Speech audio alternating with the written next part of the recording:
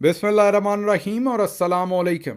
28 दिसंबर पाकिस्तान में इतवार की सुबह और सबसे पहले टाइम ट्रैकर आसिम मुनीर से डिफेक्टो फॉर्म 47 मिलिट्री राज डे 29। याद दहानी, अगर अभी तक इस यूट्यूब चैनल को सब्सक्राइब नहीं किया तो ज़रूर कीजिए ताकि आप हमारी आवाज़ को मजबूत बना सकें।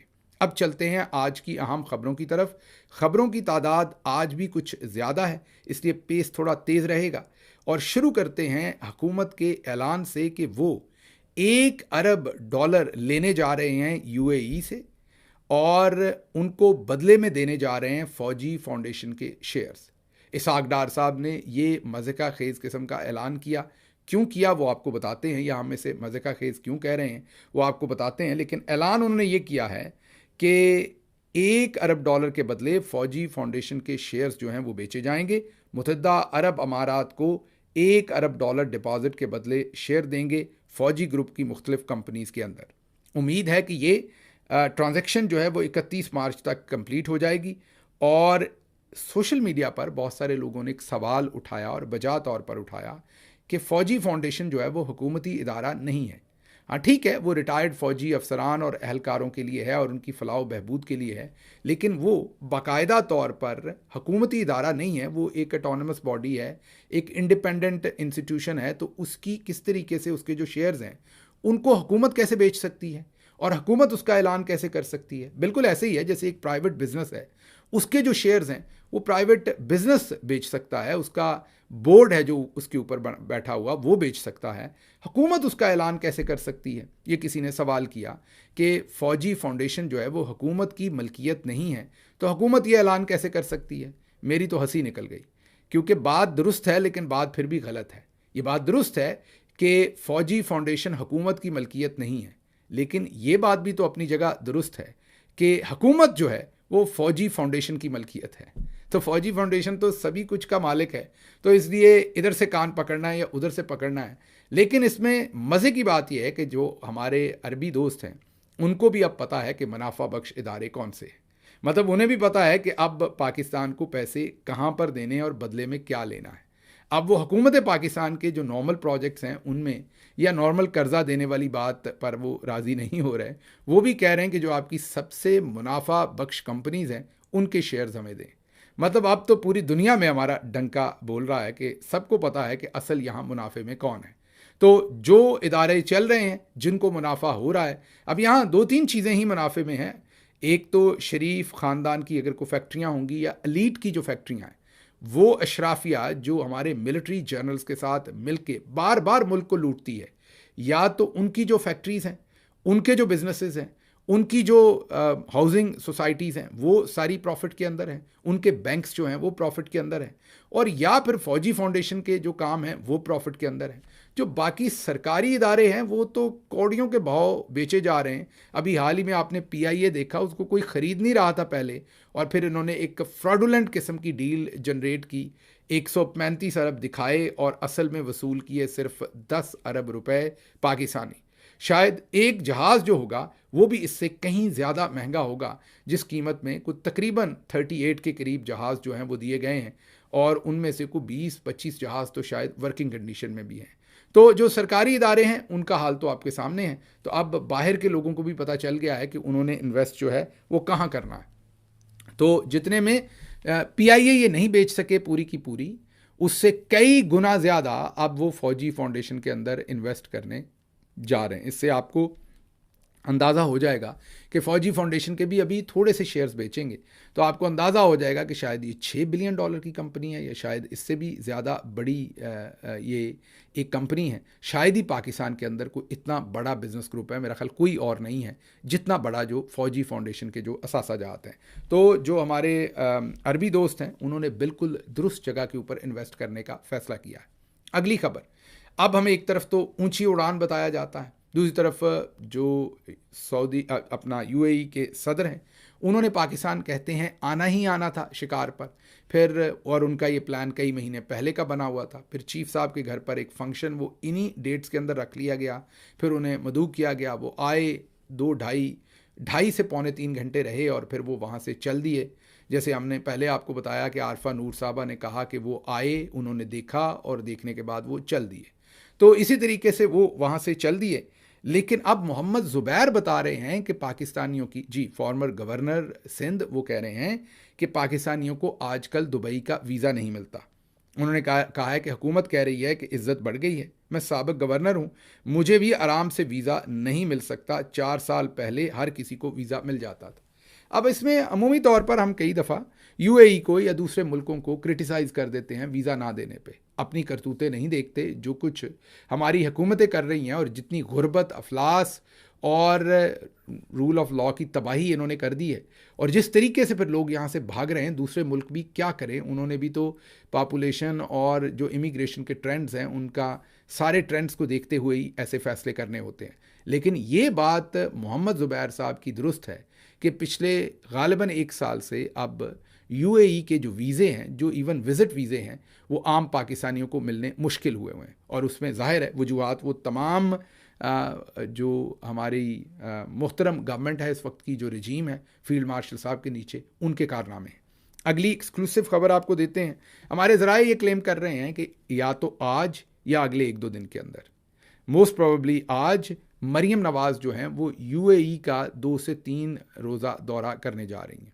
अब कुछ कह रहे हैं कि उनके ज़ाती मेडिकल रिलेटेड कुछ वहाँ पर काम है, अब वो पता नहीं कौन से मेडिकल रिलेटेड काम है। कुछ कह रहे हैं कि नहीं ये हुकूमती किस्म का दौरा है, कुछ कह रहे हैं नहीं ये बिल्कुल ज़ाती नौइयत का दौरा है, उनकी कुछ ज़ाती मीटिंग्स हैं जो वो करने जा रही हैं।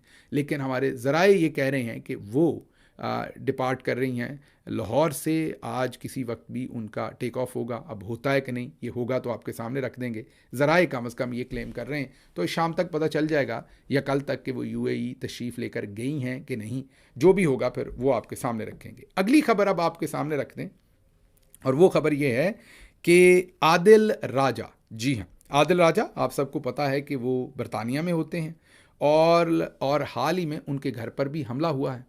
उनको आज हुकूमत ने, मतलब कि 26-27 दिसंबर को हुकूमत ने एक समरी की मंजूरी दी है, सर्कुलेशन से काबीना की समरी अप्रूव करवाई। मीन बहुत जल्दी में ये काम किया गया था।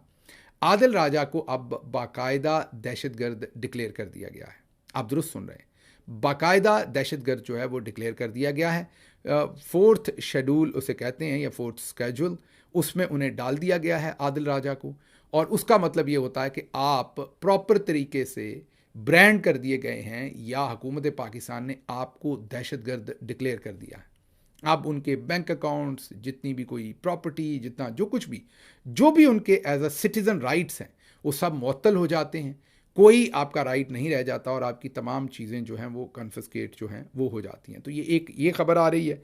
अब हाल ही में उनके घर पर हमला होना और उसके बाद उन्हें दहशतगर्द भी डिक्लेयर कर देना, ये बड़ी ही एक आप ये कहिए कि मानी रखने वाली या सवाल तलब बात है कि ये सब कुछ क्या हो रहा है और कितनी जल्दी में हो रहा है। बहरहाल इस खबर से आगे बढ़ते हैं, आने वाले दिनों में इस खबर के ऊपर नज़र रखेंगे और आपको बताएंगे कि ये डेवलपमेंट्स क्या, अब बरतानिया से किसी किस्म की एक्सट्रेडिशन कराने के लिए ये सब कुछ किया जा रहा है, क्या इसके बाद शहजाद अकबर साहब को भी इसी तरीके से ये डालना चाहते हैं ऐसे किसी स्केड्यूल में, क्या इनको कोई उम्मीद दिलाई गई है वहाँ पर कि एक्सट्राडाइट कर दिया जाएगा, तो क्या वाकई सीरियस मामलात हैं इनको एक्सट्राडाइट करने के, या जस्ट हुकूमत जो है वो लेपापोती कर रही है। ये आने वाले दिनों में हमें और आप सबको पता चल जाएगा, और इसके ऊपर गहरी नज़र रखेंगे और आपके सामने रिपोर्ट करते रहेंगे।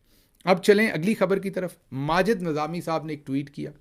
उन्होंने सुहेल वड़ाइच साहब की गालिबन किताब है कातिल कौन, और इंटरव्यू उन्होंने जो किए, बेनज़ीर भुट्टो साहबा का इंटरव्यू किया उन्होंने, मई 2002 किताब कातिल कौन। उस इंटरव्यू के एतबार से लिखा जाता है कि मेरे दौरे हुकूमत में जनरल खालिद मकबूल, जो बाद में गवर्नर पंजाब भी रहे, जनरल खालिद मकबूल को FBI ने जाली डॉलर्स के साथ पकड़ लिया। जी हाँ, जाली डॉलर्स, जो करेंसी थी, डॉलर्स थे, जाली डॉलर्स के साथ जनरल खालिद मकबूल साहब को पकड़ लिया। खालिद इस वक्त वाशिंगटन में मिलिट्री अताशी थे। फिर ISI वाले मेरे पास आए और कहा कि इनको बचाइए। मैंने जनरल खालिद मकबूल को पाकिस्तान की खातिर बचाया, क्योंकि एक जनरल के जेल जाने से पाकिस्तान की बदनामी होती। इस शख्स को नैब का सरबराह बनाया गया, अब वो गवर्नर पंजाब है। ये मोहतरमा बेनज़ीर भुट्टो साहबा ने इंटरव्यू के अंदर सुहेल वड़ाइच साहब को बताया, और ये मई 2002 किताब कातिल कौन, ये उस किताब के अंदर ये प्रिंटेड है। अब आप मामला देख लें कि जो हमारे जो गवर्नर भी रहे बाद में खालिद मकबूल साहब, और भी ओहदों के ऊपर आप नैब के सरबराह भी रहे, और ज़ाहिर है वो लेफ्टिनेंट जनरल बनकर रिटायर्ड हुए, उनके बारे में अब ये होशरबा किस्म की तफसीलात आ रही हैं कि वो जाली डॉलर्स के साथ वाशिंगटन DC के अंदर या अमेरिका के अंदर पकड़े गए थे जब वो मिलिट्री अताशी थे। अब यहाँ पर बस यही कह सकते हैं कि जड़ा पन्नो वही लाल है। हर एक की जब आप तफसील निकालते हैं तो अजीब ही किस्म की तफसील सामने आती है, तो इसके ऊपर कमेंट करें तो क्या करें। आगे चलते हैं। अगली खबर गढ़ी खुदाबख्श के अंदर मोहतरमा बेनज़ीर भुट्टो साहबा की 18वीं बरसी थी 27 दिसंबर के एतबार से। ज़ाहिर है उन्हें खराज तहसीन, खराज अकीदत पेश करने के लिए पीपल्स पार्टी की वहाँ सारी लीडरशिप इकट्ठी हुई, और लीडरशिप ने बजाय उनको खराज तहसीन पेश करने की, उनकी बरसी पर उन्होंने फील्ड मार्शल आसिम मुनीर को खराज तहसीन पेश किया। जो तकरीरें थी पीपल्स पार्टी की, उनमें यकीन जानिए बेनज़ीर मिसिंग थी, उनका कोई ख़ास जिक्र नहीं था सवाए एक आध जुमला बोलने के। तमाम जुमले, तमाम बातें, तमाम पॉलिश जो थी वो फील्ड मार्शल आसिम मुनीर साहब के जूतों की जा रही थी। दूसरे लफ्ज़ों में अगर आप ये कहें कि बाप बेटा CV लेकर कतार में खड़े थे कि वो जो आपने कमिटमेंट की हुई है कि पहले 2.5 साल शहबाज शरीफ प्राइम मिनिस्टर, अगले 2.5 साल जो हैं वो बिलावल जरदारी जो हैं वो प्राइम मिनिस्टर बनने चाहिए, उसकी शायद अब याद दहानी करवाई जा रही है। वहाँ पर बात करते हुए जो बिलावल भुट्टो थे उन्होंने भी तकरीर की ज़ाहिर है, और जो आसिफ जरदारी साहब थे उन्होंने भी की। बिलावल भुट्टो ने कहा कि पाकिस्तान से शिकस्त के बाद फील्ड मार्शल का नाम सुनते ही मोदी छुप जाता है। ये इसी तरह की तकरीर उन्होंने दोबारा वहाँ पर भी, तकरीबन ये पुराना उनका बयान है लेकिन इसी तरह की बातचीत वहाँ भी हुई। जरदारी साहब ने तो जो तकरीर की कल, उसके मैं आपको जुमले सुनवाता हूँ तो आप हैरानी हो जाएंगे। सदर आसिफ जरदारी ने कहा कि मोदी सरकार को 2 टोक पैगाम देते हुए बताना चाहता हूं कि रोटी गोली की बात करने वाला याद रखे गोलियां हम मारेंगे। भारत शुक्र मनाए कि फील्ड मार्शल और एयर चीफ ने भारत पर रहम किया, वरना उनके सारे जहाज गिरा सकते थे। भारत बड़ी ताकत है, लेकिन पाकिस्तान के सदर, पाकिस्तान के वज़ीर आज़म, पाकिस्तान के आर्मी चीफ और पाकिस्तान के एयर चीफ वाला दिल गुर्दा वो कहाँ से लाएंगे। बीच में सदर जरदारी साहब ने अपने दिल और गुर्दे का और साथ शहबाज शरीफ साहब के दिल और गुर्दे का रेट भी आसिम मुनीर साहब के दिल गुर्दे के तकरीबन बराबर ही ला खड़ा किया। अल्लाह ही खैर करे। किसी ने पाकिस्तान की तरफ मैली आंख से देखा तो याद रखे यहाँ जरदारी बैठा है। जी हाँ, दुरुस्त सुन रहे हैं। उन्होंने कहा कि किसी ने पाकिस्तान की तरफ मैली आंख से देखा तो याद रखे यहाँ जरदारी बैठा है। पाकिस्तान की तरफ मैली आंख से देखने वाला याद रखे यहाँ पीपल्स पार्टी भी बैठी है। ठीक है जी। सदर ममलकत ने कहा कि हमने ऐसा चीफ बनाया, ये जरा सुनने वाला बयान है, हमने ऐसा चीफ बनाया जिसने भारत को मुंह तोड़ जवाब दिया। भारत 4 दिन तक अपनी टांगों पर खड़ा ना हो सका। अगर किसी ने फिर से जंग मुसल्लत की तो हम तैयार हैं।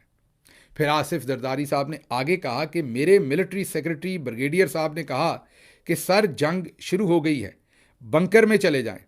मैंने अपने मिलिट्री सेक्रेटरी को कहा कि हम मैदान में मरते हैं, लीडर मैदान में मरते हैं, बंकर में नहीं। मैं तैयार हूं मरने के लिए, मैं बंकर में नहीं जाऊंगा। फिर यहीं नहीं रुके, फिर आगे उन्होंने कहा कि एक बेवकूफ़ आदमी ने 4 साल में दुनिया भर से हमारे ताल्लुकात ख़राब कर दिए। अब हम आहिस्ता आहिस्ता ताल्लुकात भी और मईशत को भी ठीक कर रहे हैं। ये उन्होंने इमरान खान साहब का नाम नहीं लिया, लेकिन तंज और डायरेक्शन उसी से मत थी। फिर सदर जरदारी ने चीन से, बिलावल जरदारी साहब ने अपनी तकरीर में कहा कि सदर जरदारी ने चीन से वो तैयारे मंगवाए जिसने भारत के 6 जहाज़ गिराकर जंग में कामयाबी हासिल की।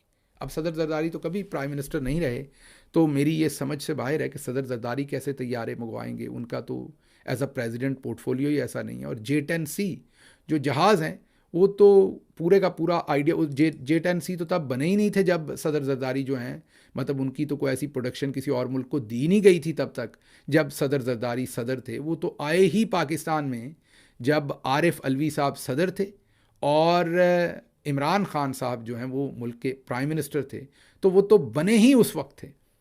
तो ये मेरी समझ से बाहर है कि कैसे कहा जा सकता है कि सदर जरदारी साहब ने वो जहाज़ लाए, लेकिन यहाँ पर सब झूठ बिकता है, सब कुछ बिकता है। लेकिन आगे बैठी जो आवाम थी वो डिस्कनेक्टेड थी बिल्कुल ही। आपको यकीन नहीं आ रहा, ये शहरी रहमान साहबा ने जीए भुट्टो का नारा लगाया, एक दफ़ा नहीं 2 दफ़ा लगाया, और उनको कहा कि प्लीज़ जवाब दें आगे से।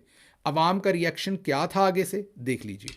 बहुत बहुत शुक्रिया। जीए भुट्टो, सरदार जी, सुनो ना एक दफा। जीए भुट्टो, सरदार जीए भुट्टो। और देख लिया आपने। तो ये इनके हालात हैं, अवाम इनके साथ बिल्कुल कहीं पर भी कनेक्टेड नहीं थी। अच्छा जी, अगली खबर आपके सामने अब लाहौर से रखते हैं, जो कुछ कल लाहौर में होता रहा, क्योंकि बहुत ही दीदा ज़ेब किस्म के वहाँ से हमारे सामने मनाजर जो हैं आए हैं, और मेरे ख़्याल में सुहेल अफरीदी ने बेहतरीन सियासी इनिंग खेली है, और जो एक खौफ के बुत थे वो तोड़ डाले। उन्होंने जो सियासत के अंदर एक तलातम था उसको तोड़ दिया है, और दोबारा से पंजाब के अंदर एक नई रूह फूंकी है पाकिस्तान तहरीक इंसाफ के वर्कर और रैंक एंड फाइल में, जिस पर उनकी जितनी भी सताइश की जाए वो कम है। क्योंकि जो लाहौर में कल मनाजर, परसों तो चलें, जो कुछ हुआ आपके सामने, असम्बली के अंदर जो कुछ हुआ, धक्के दिए गए, वो सब कुछ आपके सामने है। लेकिन जो कुछ कल हुआ लाहौर के अंदर, वो यकीन कीजिए कोई भी एक्सपेक्ट नहीं कर रहा था। जिस बड़ी तादाद में आवाम निकल के आई, और उन्होंने हर जगह पर, हालांकि तमाम जगहों की इलेक्ट्रिसिटी, बिजली बंद कर दी थी गवर्नमेंट ऑफ पंजाब ने, वो भले अंदरून लाहौर के डॉक्टर यास्मीन राशिद के हलके की बात हो या किसी और जगह की बात हो, हर जगह जहां भी वो शाम में जा रहे थे तमाम लाइट्स बंद कर देते थे, बिजली बंद कर देते थे। उसके बावजूद आवाम जौक दर जौक निकल कर आए और वालिहाना इस्तकबाल किया। ऐसे था जैसे कोई फातेह किसी शहर में दाखिल हो और उसके बाद आवाम उसके इर्द गिर्द इकट्ठी हो जाए। हर तरफ इमरान खान के नारे गूंज रहे थे। वो जैसे मैंने आपको बताया कि यास्मीन राशिद साहबा का हलका हो या गवाल मंडी, वो जाएं फूड स्ट्रीट में खाना खाने के लिए। वो अलग बात है कि हमने आपको पिछले व्लॉग में बताया था कि जब तक शाम को फूड स्ट्रीट पहुंचेंगे तो हमें खदशा ये था कि ये फूड स्ट्रीट को बंद करवा देंगे। लेकिन फिर मैंने कहा था कि हो सकता है इतनी बेशर्मी पे ना उतरें, लेकिन मैंने आपको अपना अंदाज़ा बताया था कि ये फूड स्ट्रीट बंद करवा देंगे। वही हुआ। जब शाम को खाना खाने के लिए सुहेल अफरीदी और उनके दोस्त वहाँ पहुँचे, तमाम काफ़िला, तो फूड स्ट्रीट को पहले से ही बंद करवा दिया गया था। तो ये तो इनकी सूरत हाल है। लेकिन उसके साथ साथ अब जो अगली सूरत हाल है वो ये है कि जो कल एक बयान दिया मीना खान अफरीदी साहब ने, जिसके ऊपर बहुत सारे लोगों ने वावेला मचाया। हालांकि उन्हें पहले उससे स्मगलर, चर्च स्मगल करने वाले और इस तरह के खिताबात, अलकाबात और सवालात पूछकर इंस्टिगेट किया गया मामलात को, और ये उनसे जवाब दिलवाया गया। लेकिन उन्होंने बहुत खूबसूरत जवाब दिया। उन्होंने कहा मैंने तो किसी का नाम ही नहीं लिया था।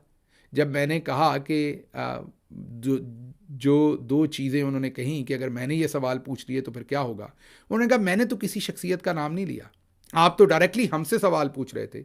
मैंने तो रिपोर्टर को नहीं कहा कि मैं फ़लाँ के बारे में ये बात कर रहा हूँ। तो फिर आपको क्यों लगता है कि ये फ़लाँ की बात है? अगर ये किसी के बारे में बात है नहीं तो फिर आप इसके ऊपर इतने ज़्यादा रिएक्टिव क्यों हो रहे हैं? मैंने तो किसी का नाम लिए बगैर बात किया, तो इसमें गुस्से की इतनी क्या बात है?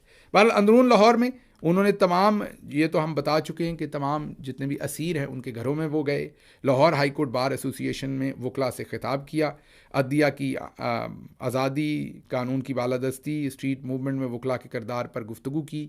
वो मुख्तलिफ हमारे जो लीडरान हैं, जैसे हमाद अज़हर साहब के वालिद मोहतरम का इंतकाल हुआ था, उनके घर भी तशरीफ़ लेकर गए। वहाँ पर सियासी गुफ्तगू भी हुई, पार्टी रहनुमाओं से मुशावरत भी हुई। जवान पार्क भी गए, वहाँ पर बड़े जज्बाती मनाजर बने क्योंकि उनकी वजह से वर्कर भी बहुत देर के बाद जवान पार्क, जहाँ पर पिछले 2 साल से तकरीबन आप ये कहें कि सन्नाटा था, वहाँ पर कल वर्कर्स ही वर्कर थे। आल्दो के उनके वहाँ जाने से पहले हुकूमत ने तमाम गलियाँ, तमाम रास्ते जो जवान पार्क को जा रहे थे उनको बंद कर दिया था। लेकिन उसके बावजूद वहाँ पर एक भरपूर हमने अवामी ताकत जो है वो देखी। उसके साथ साथ अंदरून लाहौर गए, यास्मीन राशिद साहबा के हलके में, वहाँ भी आवाम थी। फूड स्ट्रीट का मैं आपको बता चुका हूँ। तो एक बेहतरीन दिन उन्होंने गुजारा, जहाँ पर मैं ये कहूँगा कि आवाम बिल्कुल खुलकर निकल कर आई बाहर, खौफ के बुत टूटे और एक जो तलातम था वो टूटा है। और अब आने वाले दिनों में आप लाहौर के अंदर कुछ और मैं ये कहूँगा कि आप जो चहक महक है वो देखेंगे पाकिस्तान तहरीक इंसाफ के वर्कर्स की। जिस चीज़ से डर रही थी नून लीग की गवर्नमेंट और ISPR और जो ISI के वहाँ पर लोग हैं, वो जिस चीज़ से डर रहे थे वो चीज़ हो गई। वो चीज़ बड़े धड़ल्ले के साथ हुई, क्योंकि वो ये नहीं चाहते थे कि ये मनाजर आएँ कि अवाम इतनी ज़्यादा सुहेल अफरीदी के लिए निकल सकती है। वो सब कुछ हो गया। तो जो सुहेल अफरीदी सियासी तौर पर लाहौर में करने आए थे, मेरे ख्याल में कई गुना ज़्यादा अचीव करके वो वापस जा रहे हैं। अगली खबर बहुत ही रिस्ट्रेन करूँगा इसमें, बहुत ही रिस्ट्रेंड मेरा एटीट्यूड होगा इस खबर के अंदर। आप ऐसे समझें कि अपने हाथ और पाँव बांध कर ये खबर आपको दूंगा। खबर है एहसन इकबाल साहब के बारे में। खबर है उनके साथ जो बदतमीज़ी हुई थी लाइव टेलीविज़न के ऊपर, उसके बारे में अब बहुत सारी इन्फॉर्मेशन आप ऐसा ही समझिए कि उनके घर के अंदर से हमें मिली है। उनकी एक बेटी है, उनके 2 बेटे हैं। उन तीनों के बारे में, उनकी निजी ज़िंदगी के बारे में हमें बहुत सारी तस्वीर, इन्फॉर्मेशन हमारे तक पहुंची, लेकिन हम बेटी की तो कोई बात भी नहीं करेंगे, क्योंकि ये मुसल्लमा असूल है कि बेटियां साझी होती हैं। हमने कल के व्लॉग में भी कहा। ये अलग बात है कि एहसन इकबाल साहब बहुत ही मुनाफिक और गलीज़ इंसान हैं, और जब भी उनको मौका मिलता है वो दूसरे पर यही इल्ज़ाम लगाते हैं कि आप ज़ाती हमले कर रहे हैं। तो हम बिल्कुल भी बेटी की तो किसी सूरत बात करेंगे ही नहीं, वो हमारी भी बेटी है। ये चीज़ तो हो गई साइड पे। जो भी हमें किसी ने उनकी अपनी फैमिली फ्रेंड्स कह लें या फैमिली कह लें, जिनको उन पर को गुस्सा होगा, जाहिर है, जिन्होंने सारी इन्फॉर्मेशन भेजी, लेकिन हम उसके ऊपर कोई बात नहीं करेंगे, उस इन्फॉर्मेशन को साइड पर रख देंगे। अब चलते हैं आगे। उनके दोनों बेटे, उनके जो बड़े साहबजादे हैं, उनके बारे में भी उनकी निजी ज़िंदगी के बारे में हमें इन्फॉर्मेशन भेजी गई, उस पर भी हम बात नहीं करेंगे। उनके छोटे बेटे के बारे में, वकास साहब हैं, जर्नलिस्ट हैं, ड्रॉप साइट के लिए काम करते हैं, उन्होंने बड़ी ही होशरुबा किस्म की स्टोरीज़ जो हैं चाइना से रिलेटेड, उनकी निजी ज़िंदगी से रिलेटेड जो है वो एयर की, उन्होंने प्रिंट की हैं अपने ट्विटर के ऊपर, तस्वीरों के साथ, तमाम चीज़ों के साथ। उस पर भी, क्योंकि वो निजी ज़िंदगी का मामला है, उसके ऊपर भी हम नहीं जाएंगे इस व्लॉग से, लेकिन आपको सिर्फ ये बताएंगे कि एहसन इकबाल साहब के साथ वाकई ही हमारी इत्तलात यही हैं, हमारे ज़राए यही क्लेम कर रहे हैं कि वहाँ उनके साथ बदतमीज़ी हुई है और फिज़िकल इंटरेक्शन भी हुआ है। अब इसको एहसन इकबाल साहब कैसे एक्सप्लेन करते हैं? उनका कहना ये है कि ऐसा कुछ नहीं हुआ, हमारे ज़राए ये क्लेम कर रहे हैं कि ऐसा हुआ है। अब सच क्या है ये मैं आप पे छोड़ता हूँ, अल्लाह पे छोड़ता हूँ कि सच इसमें सारी बात के अंदर क्या था। लेकिन ऐनक लगी हुई अगले दिन बड़ी बड़ी जो आप कहिए कि उनके चेहरे के ऊपर, और फिर वसीम बदामी का सीधा ही कह देना कि उनकी आंख के ऊपर निशान था, तो उसके बाद कोई बात रह नहीं गई। हाँ, ये अलग बात है कि अजमल जामी साहब फरमा रहे हैं कि उनका जो बेटे अहमद हैं वो तो लाहौर में थे। जी हाँ, हम सबको पता है वो लाहौर में थे। बात महमूद की हो रही है, अहमद की नहीं हो रही।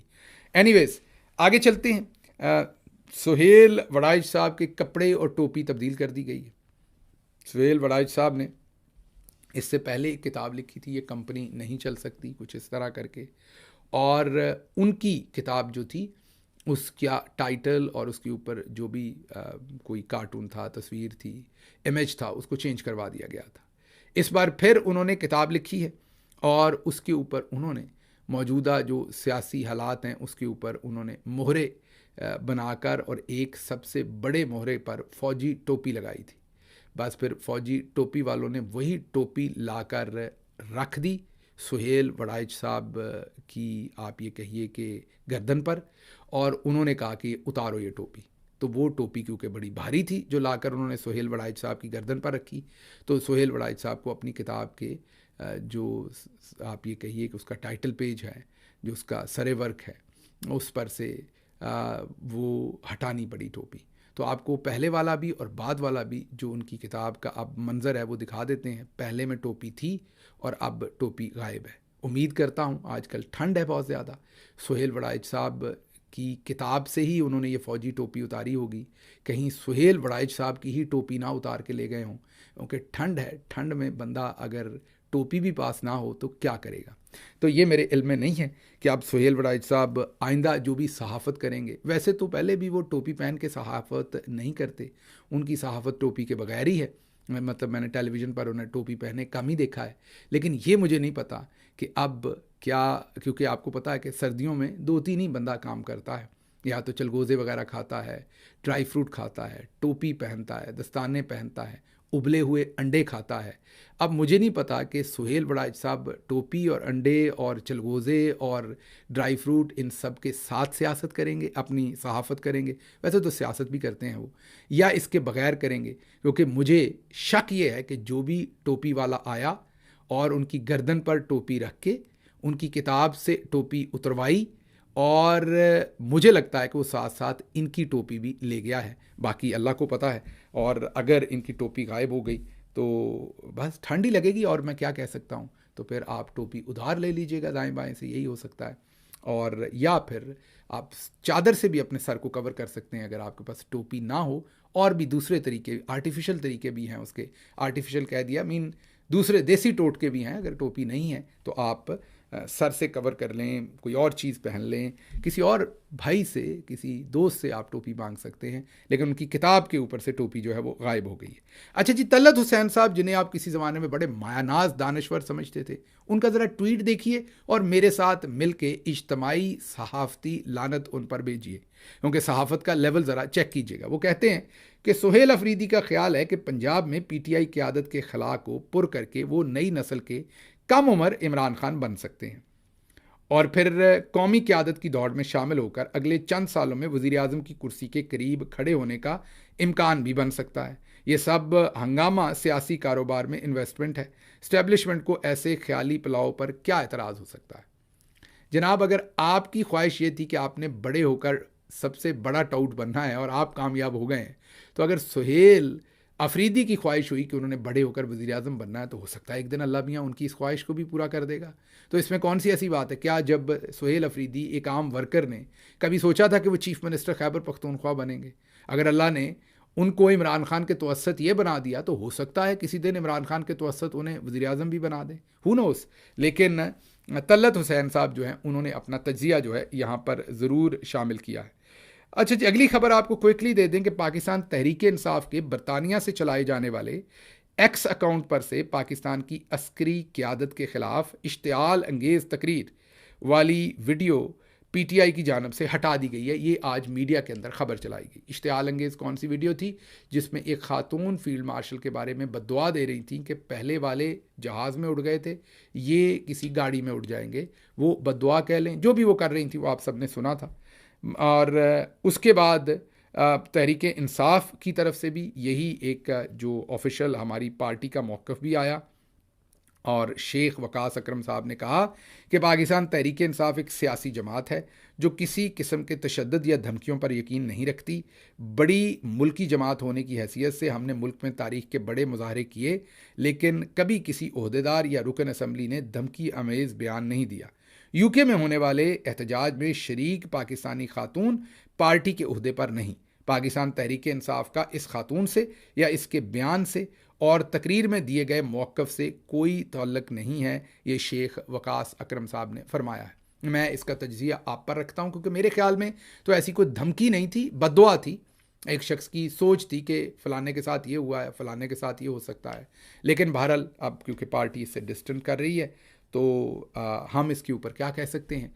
आप इसके ऊपर जो आपका तज्ज़िया है वो ज़रूर लिखिएगा। मैं पढ़ना चाहता हूँ, समझना चाहता हूँ कि आप इस सूरत हाल को कैसे देख रहे हैं। आगे जनाब, आज तक सदर के ताहियात रिलीफ पर तो बात नहीं हुई।